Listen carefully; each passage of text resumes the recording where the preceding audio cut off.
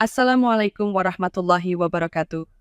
Pada kesempatan kali ini, saya ingin mengajak kita semua untuk bersama-sama merenungkan dan memahami sebuah konsep yang sangat penting dalam kehidupan kita sehari-hari, yaitu pendidikan multikultural.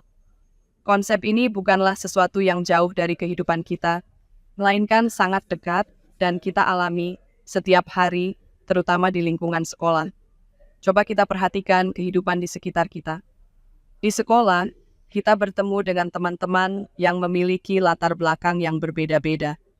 Ada perbedaan suku, budaya, bahasa daerah, kebiasaan keluarga, kondisi sosial, bahkan perbedaan agama.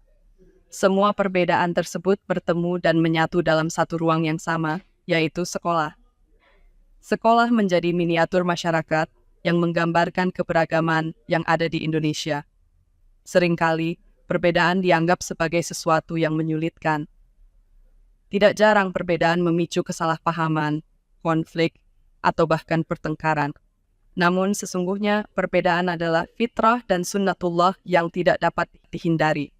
Allah Subhanahu wa Ta'ala menciptakan manusia dalam keadaan beragam, agar kita dapat saling mengenal, saling belajar, dan saling melengkapi satu sama lain.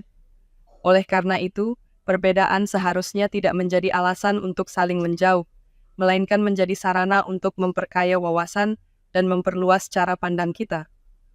Dari perbedaan itulah kita belajar banyak hal. Kita belajar memahami perasaan orang lain, belajar bersikap sabar, belajar mengendalikan emosi, serta belajar menghargai pendapat yang berbeda dengan pendapat kita sendiri.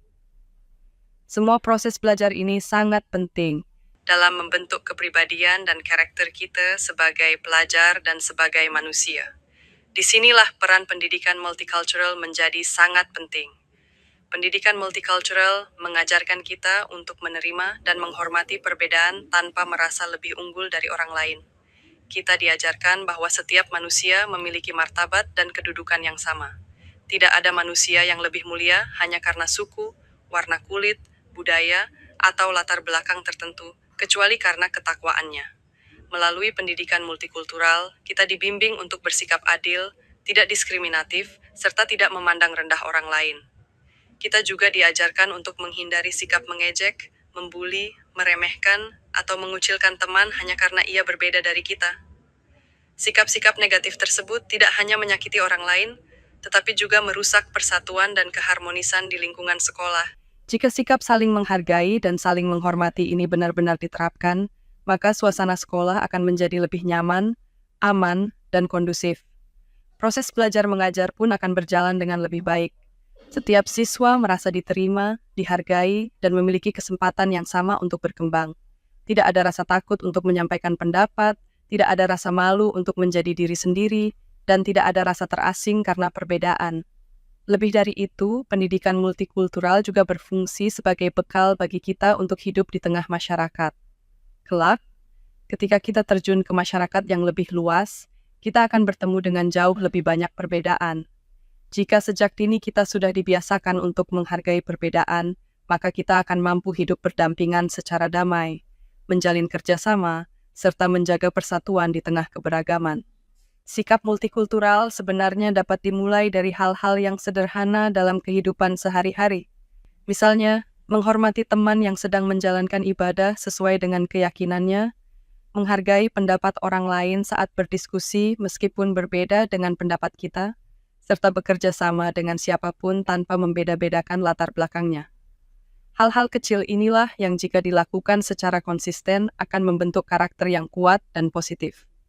Dengan menerapkan pendidikan multikultural, kita tidak hanya menjadi siswa yang cerdas secara akademik, tetapi juga menjadi pribadi yang memiliki sikap sosial yang baik, berakhlak mulia, dan berjiwa toleran. Inilah tujuan utama dari pendidikan multikultural, yaitu membentuk generasi yang mampu menjaga persatuan, menghargai perbedaan, dan hidup rukun dalam keberagaman. Mari kita mulai dari diri kita sendiri. Mari kita jadikan perbedaan sebagai kekuatan, bukan sebagai alasan untuk berpecah belah, karena sesungguhnya hidup rukun dalam keberagaman adalah kunci terciptanya lingkungan yang damai, harmonis, dan penuh keberkahan. Wassalamualaikum warahmatullahi wabarakatuh.